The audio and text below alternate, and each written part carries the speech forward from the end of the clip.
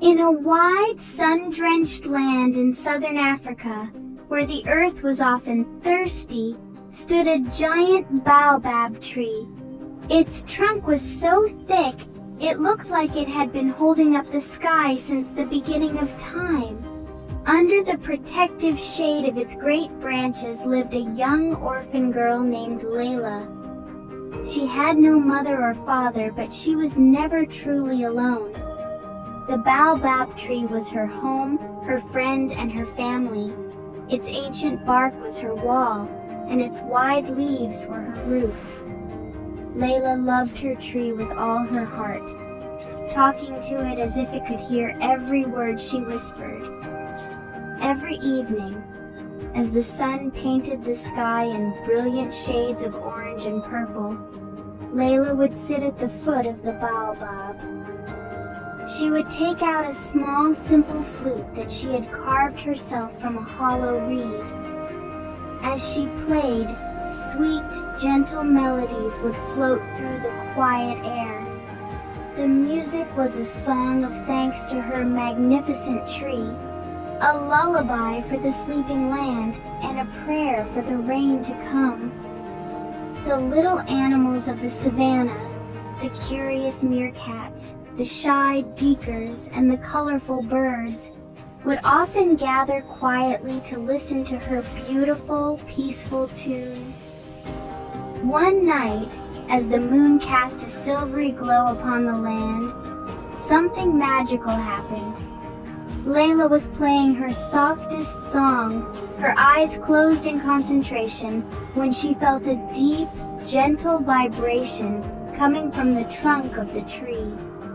A voice as old as the mountains and as soft as the rustling leaves whispered her name. "Lela," it hummed, "you have a kind heart. You have cared for me, and now I will care for you." The voice filled her with a warmth she had never felt before, a feeling of pure love and ancient magic flowing directly from the heart of the baobab. Lela opened her eyes, her heart beating like the wings of a hummingbird. The baobab tree seemed to glow with a soft inner light. A single perfect white flower bloomed on a low branch, unfurling its petals right before her eyes. The voice spoke again. "Take this gift, little one. It holds the power of life and healing. Use it wisely and always with kindness."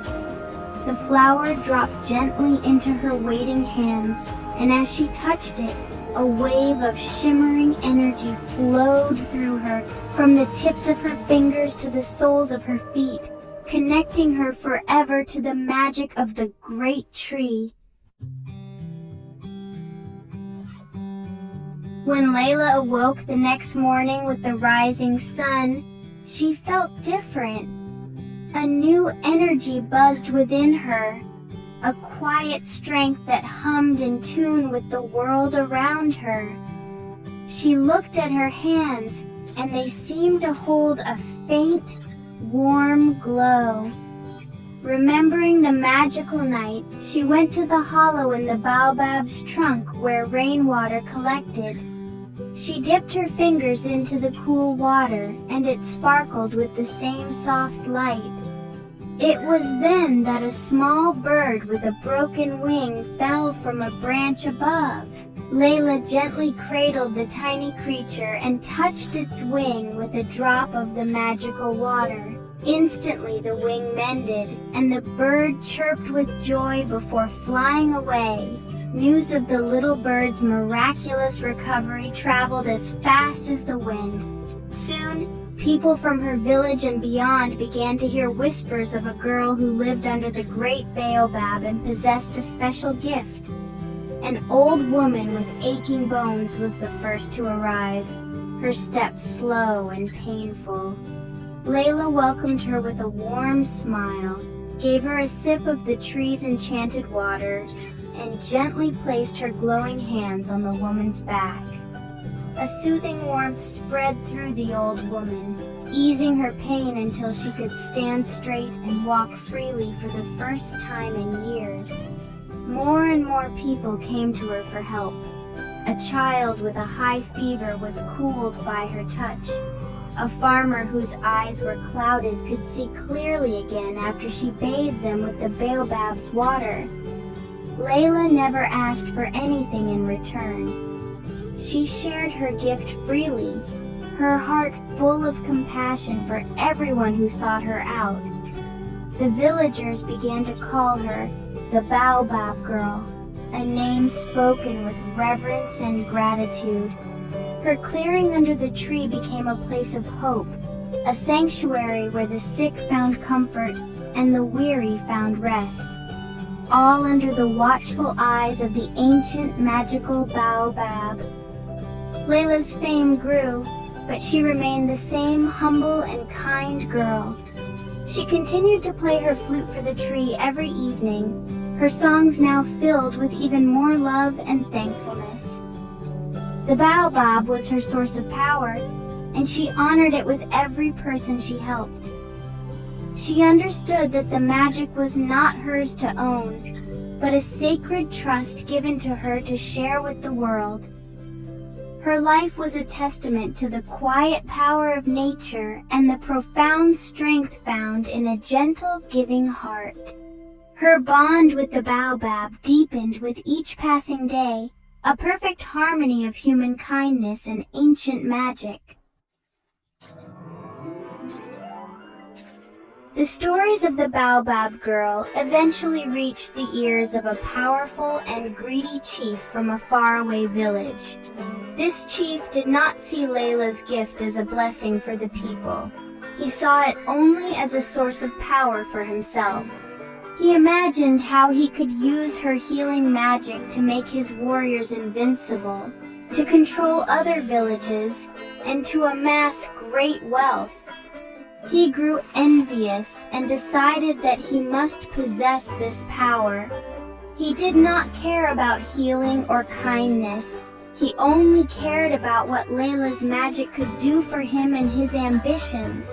His heart was small and hard, unlike Lela's, which was as wide as the savannah itself. The chief summoned his strongest and most fearsome guards.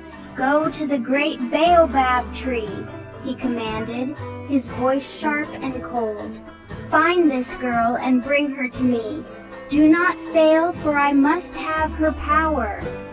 The guards, loyal to their chief and eager to please him, set off immediately. They marched across the dry plains, their spears glinting in the hot sun, their footsteps heavy with intent. They were not coming for healing or for hope.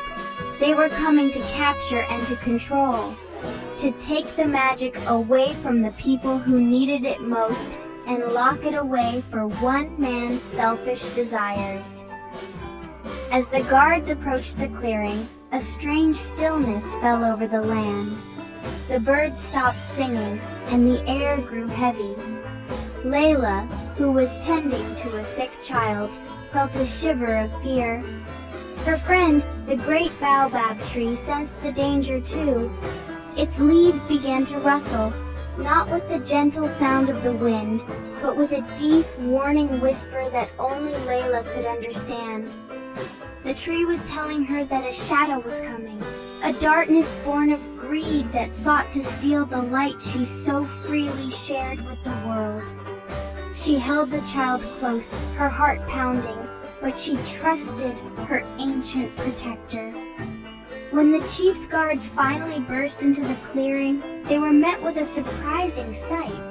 Lela stood calmly at the base of the baobab, her hand resting on its ancient bark. "You cannot take what is not yours to have," she said, her voice clear and steady, filled with a courage she did not know she possessed. The guards laughed and moved forward to seize her, but as they reached for her, the great baobab tree began to glow with an intense protective light. Its massive branches swooped down, creating a barrier, and its thick roots shifted in the earth, blocking their path with an unshakable force. The guards were stunned by the tree's powerful defense.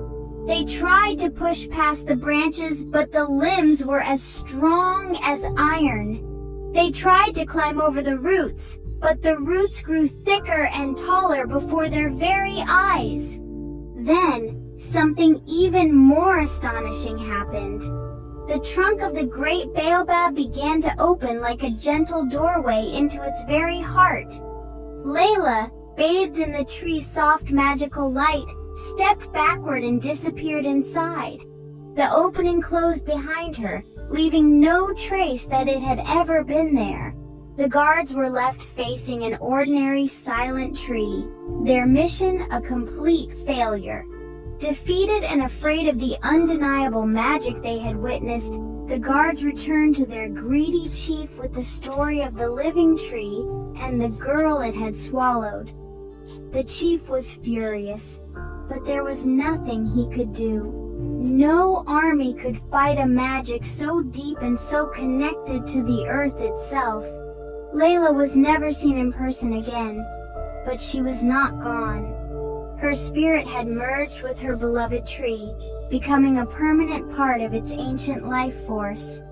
The baobab continued to be a beacon of hope, its presence a comfort to all who lived nearby. From that day on, the legend of the Baobab Girl grew. It was said that if you visited the clearing on a quiet night, when the moon was full and bright in the sky, you could still hear the faint, sweet melody of Lela's flute drifting on the breeze. Children would sit at the foot of the tree, their ears pressed to its bark, and they would swear they could hear a gentle humming from within.